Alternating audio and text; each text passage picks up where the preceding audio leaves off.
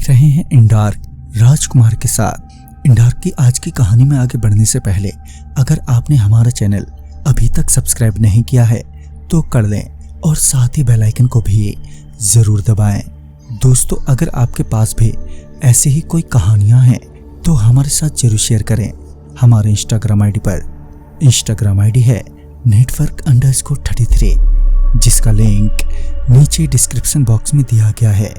तो चलिए बढ़ते हैं आज की कहानी की ओर। जब मैं 11 बजे ट्रेन लेकर रवाना हुआ तो पहले 2-3 घंटे तो सब कुछ ठीक ही चल रहा था, मगर फिर पहला रेड सिग्नल मिला। 15 मिनट के स्टॉपेज के बाद जब ट्रेन चली तो कुछ दूर जाते ही फिर से एक रेड सिग्नल मिला और ऐसे ही रेड सिग्नल मिलने का सिलसिला चलता ही रहा।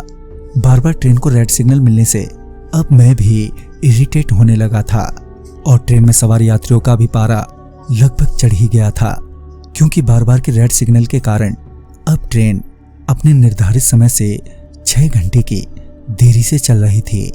वैसे तो एक लोको पायलट होने के कारण मुझे काफी अनुभव था, मगर उस रात कुछ ज्यादा ही हद हो गई थी।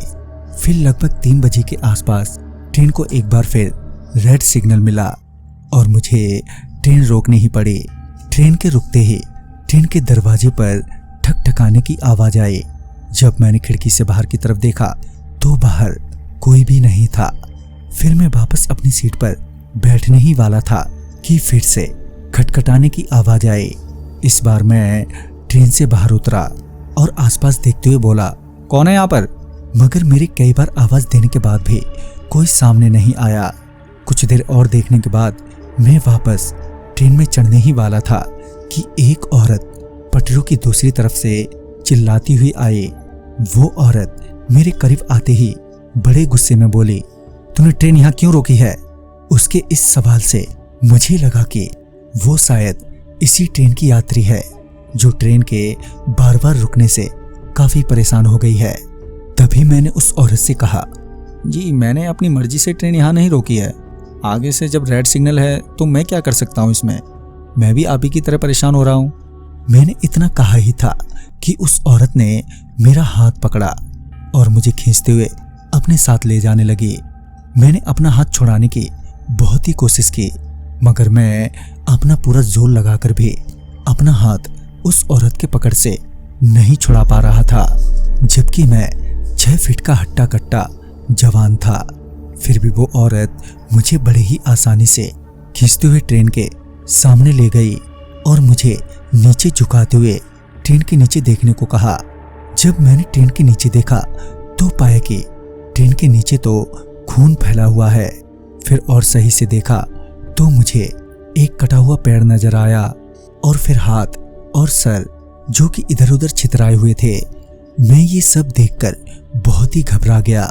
मुझे तो पता ही नहीं चला कि कोई मेरी ट्रेन के इंजन की चपेट में आ गया है।